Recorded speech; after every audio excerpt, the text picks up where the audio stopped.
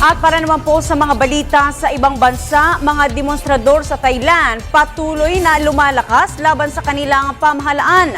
At matinding tagtuyo naman sa kanlurang bahagi ng Estados Unidos, kabilang na ang California, nakaapekto na sa mga pananim. Ito ang mga globalita ng aming kasama, si Edwin Eusebio. Umaagaw na ng pansin ngayon ang mga demonstrador na tumututok na eleksyon sa Thailand. Kasunod dito ng paglakas ng kilos protesta ng mga anti-government protesters. Sinasalungat ng mga ito ang politics of loyalist kay dating Prime Minister Thaksin Shinawatra na napatalsik noong 2006 coup. Sinabi ng leader ng mga demonstrador na si Suthep Thaugsuban Suban, kailangang mapigil ang eleksyon sa Thailand upang mapaalis muna ang mga tiwaling elementong politikal at upang matuloy ang reforma. Samantala, tinuligsa ng Estados Unidos sa mga protesters sa Thailand sa pagpigil ng mga ito sa halalan.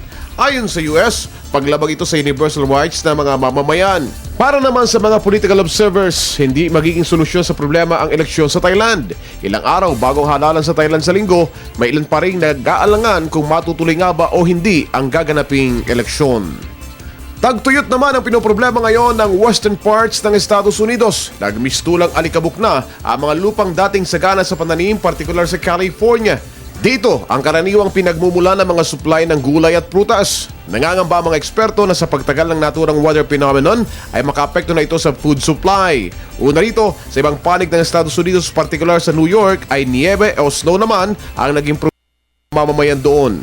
Kapwa dinaranas ngayon ng Amerika ang extreme weather conditions dito na sinasabing epekto na rin ng climate change. Para sa Telebisyon ng Bayan, Edwin Eusebio.